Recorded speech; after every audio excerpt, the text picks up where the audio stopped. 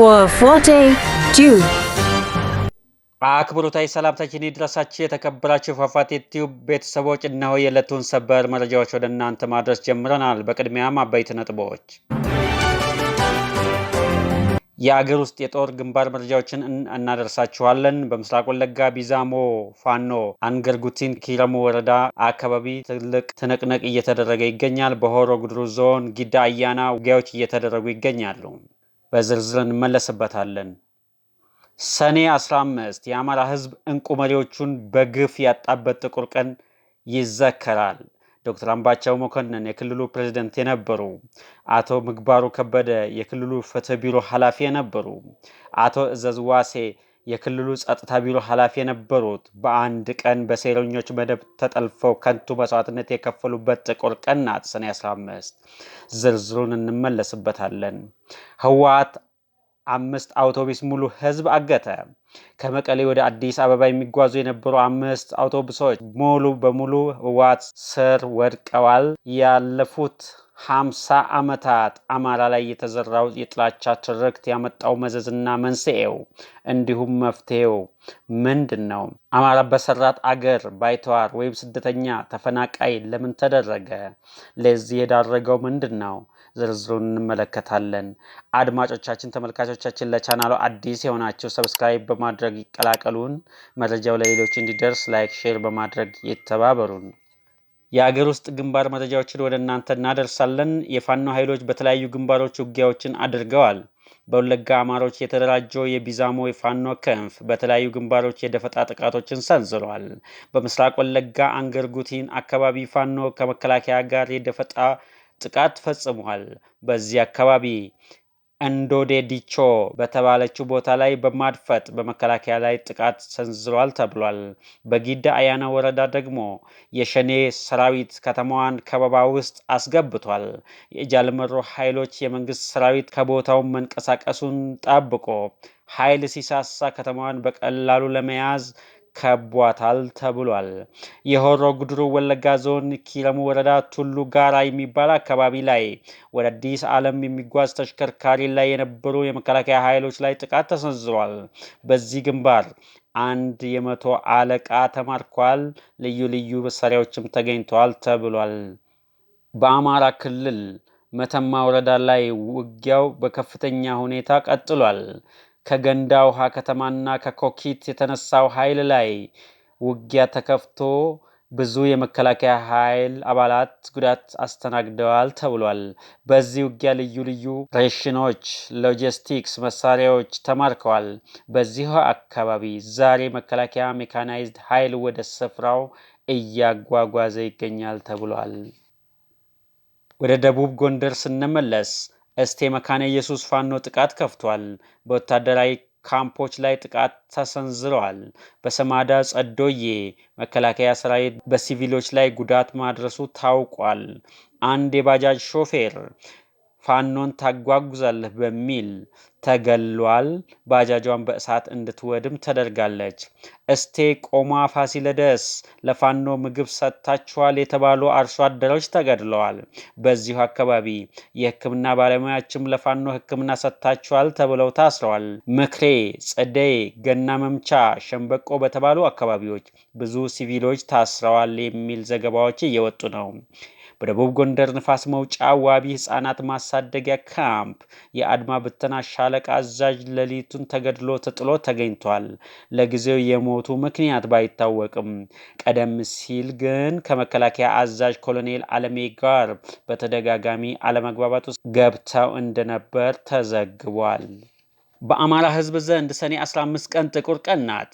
ብዛት ያላቸውን መሪዎቹን ባንዴ ያጣበት ጥቁር ቀን ሰኔ 15 የአማራ ክልል ከዳር እስከ ዳር ጽልመት የለበሰበት ሙሉ አማራ ማቅ የለበሰበት ጥቁር ቀን ሰኔ 15 ዛሬ 7 ዓመት አለፈው።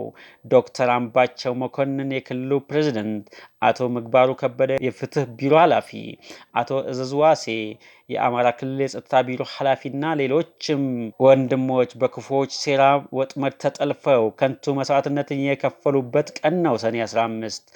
ዶክተር አምባቸው መኮንን በክፉዎች ሴራ ወጥመድ ተጥሎብህ ሳታውቅ የህዝብ አደራ እንዲህ በቃለ መሐላ ተቀብለህ ነበር። በቃልህም መሰረት ራስን እስከ ወንድሞች መስዋዕትነት ተቀበልክ። አንተ ቅን የዋህ ሆነህ እንጂ ልትገደሉ እንደሆነ መረጃው ደርሷችኋል። ተዉት ይግደሉን ነበር መልስ። ዛሬ በእናንተ ሞት እጃቸው ያለበት ሳይጠየቁ ቢቀሩም ጊዜ ደጉ ቀን ቀንን ወልዶ 7 ዓመት ሞላችሁ። አንድ ቀን ፍትህ እንደምታገኙ አልጠራጠርም። አማራን ለማትራመስ እንዲመቻቸው የፈለጉ ኃይሎች ግንባር ቀደም ማሳካት የነበረባቸው ለአማራ የሚቆረቆሩ አመራሮችን መግደል ነበር። ለዚህም የተመደቡ አማራ እያሉ ከኛ የተወለዱ የፉኝት ልጆች ነበሩ። የአማራ ተቆርቋሪ መሪዎች የገደሉት ተላላኪዎች ዛሬ ተሳክቶላቸው የአማራ ህዝብ መከራ፣ ስቃይ፣ ሞት፣ መፈናቀል ተለማምዶ አብሮ እየኖረ ነው። የአማራን ህዝብ በመግደል፣ በማፈናቀል፣ በማገት፣ በማረድ ስልጣንን ይዛለው ብሎ የሚያስበው የጠላት ተላላኪ ኃይልና ላኪው ወያኔን ጨምሮ 4 ኪሎ መንግስተ ሰማያት ሆናባቸዋለች። ለ7 ዓመት ሲከበር የቆየው ቁርባናችሁ ዛሬ ሰኔ 15 እስከ 19 በካህናትና በቤተሰቦቻችሁ በጥልቀት እንደሚታሰብ ተስፋ አደርጋለሁ። 7ኛው ዓመት ሚስጥር ስላለው ወንድም ዓለም ዶክተር አምባቸው መኮንን ከወንድሞች ጋር በሰላም እረፍ። ሰማዕትነት ወደ መንግስተ ሰማያት የሚደረግ ፍሰት ነው። እስክሪፕቶ ጨብጣችሁ አጀንዳ ገልብጣችሁ ለአገር ስትሰሩ በሴረኞች በጠራራ ፀሐይ በጥይት ተደብድባችሁ ተገደላችሁ። ይብላኝ ለካሃዲ እናንተ ሰማዕት ናችሁ። ሰኔ 15 የአማራን አንድነት ለማምጣት በቂ ትምህርት የወሰድንባቸው እንጂ በሰማዕታት አጽም ጠባብ የፖለቲካ ሴራ እየሰራን የአማራን አንድነት የምናዳክምበት ሊሆን አይገባም በማለት ወርቁ ሞላና አለማየሁ ቴዎድሮስ ጽፈዋል። ህወሓት 5 አውቶቡስ ሙሉ ህዝብ አገተ። ከትግራይ ክልል በመነሳት ወደ አዲስ አበባ ሲጓዝ የነበሩ 5 አውቶቡሶች በማስቆም ወጣቶችን አግቶ መውሰዱ ተነገረ። ትናንትና ሰኔ 14 ቀን 2018 ጠዋት ከትግራይ መቀሌ ከተማ በመነሳት ወደ አዲስ አበባ በሰላም ሲጓዙ የነበሩ 5 የህዝብ ማመላለሻ አውቶቡሶች ራያ መሆኒ መግቢያ ላይ በህወሓት ሰራዊት መታገታቸው ተነግሯል። ታጋቾቹ 96% የሚሆኑት ወጣቶች ናቸው ሲሉ ምንጮች ጠቁመዋል። በትግራይ ክልል እየተፈጸመ ካለው ወታደራዊ አፈሳ ለማምለጥ በርካታ ወጣቶች ወደ መሀል ሀገር እየሸሹ ይገኛሉ ሲል የዘገበው አዩ ሀበሻ ነው። ለ50 ዓመት መነሻቸውን የአማራን ህዝብ ዘር ማጥፋት ሆኖ የጥላቻ ትርክት ፈጥረው ህገ መንግስት ቀርጸው ኢትዮጵያ አማራ የሚታደንባት የሚታረድባት ቄራ ሆናለች። አማራን እንደ ህዝብ ነው የወነጀሉት። የዘመኑ የኢትዮጵያ ፖለቲካ ወይም ሞደርን ኢትዮጵያን ፖለቲክስ የተመሰረተው በተለይ ቀዳማዊ ኃይለ ሥላሴ መንግስት ከወረደ ጊዜ ጀምሮ ያለ የፖለቲካ የተመሰረተው በጥላቻ ትርክት ላይ ነው። የጥላቻ ትርክት አማራ ጨቋኝ ነው የሚል ነው።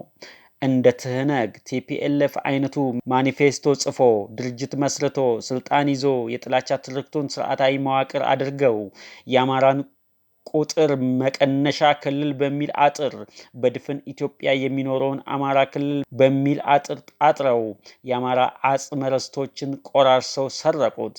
በኢትዮጵያ ስም የዜጋ ፖለቲካ አራምዳለው የሚለው ደርግ፣ ኢዜማ፣ ግንቦት 7 የመሳሰሉትና የዘረኛ ብሔር ፖለቲካ አራምዳለው የሚሉት ኦነግ፣ ኦህዴድና ትህነግ አማራ ጠል ትርክታቸውን አንድ ያደርጋቸዋል። ለዚህ ነው ስርዓት ነቀል ለውጥ ስንል ይህንን የጥላቻ ትርክት አስተሳሰብ በዋነኝነት ከምንጩ ለማድረግ ነው። አገር በቀል የሆነው የአማራ ህዝብ በቆረቆራት ሀገሩ ከፈጣሪ ቀጥሎ በሰራት አገሩ ኢትዮጵያ መጤ ሰፋሪ ነፍጠኛ እየተባለ የአማራ ህዝብ ሲጨፈጨፍ፣ ሲሳደድ፣ ሲፈናቀል ግማሽ 100 ዓመታት ተቆጠሩ። መለኪያችን የህልውና ትግላችን ነው። ስለዚህ ነው ለአማራ ህዝብ መፍትሄ ስናስብ የህልውና ትግላችንን መለኪያችንን ማድረግ ያለብን። ይህንን ስናደርግ ህልውናችን ለ50 ዓመታት በሙሉ አደጋ ውስጥ የከተቱትን አማራ በጠላትነት የፈረጁትን የጥላቻ ትርክትን መሰረት አድርገው የተመሰረቱትን ትህነግ፣ ቲፒኤልኤፍ፣ ብአዴን፣ ኦህዴድ፣ ብልጽግና፣ ኢዜማ፣ አብን የተባሉ ድርጅቶችን ብቻ ሳይሆን ይህንን የጥላቻ ትርክት፣ የጨቋኝ ተጨቋኝ ትርክት፣ ጸረ አማራ ትርክት የተቀበሉ ግለሰቦችንም ጭምር የዘር ማጥፋቱ አካል መሆናቸውን ተገንዝበን የመፍትሄው አካል ሊሆኑ እንደማይችሉ ማወቅ አለብን ሲል ወዳጄ ይማም ዘግቧል። አድማጮቻችን፣ ተመልካቾቻችን ለቻናላችን አዲስ የሆናችሁ ሰብስክራይብ በማድረግ ቤተሰብ ይሁኑ። መረጃው ለሌሎች እንዲደርስ ላይክ፣ ሼር ያድርጉ። ሰናይ ጊዜ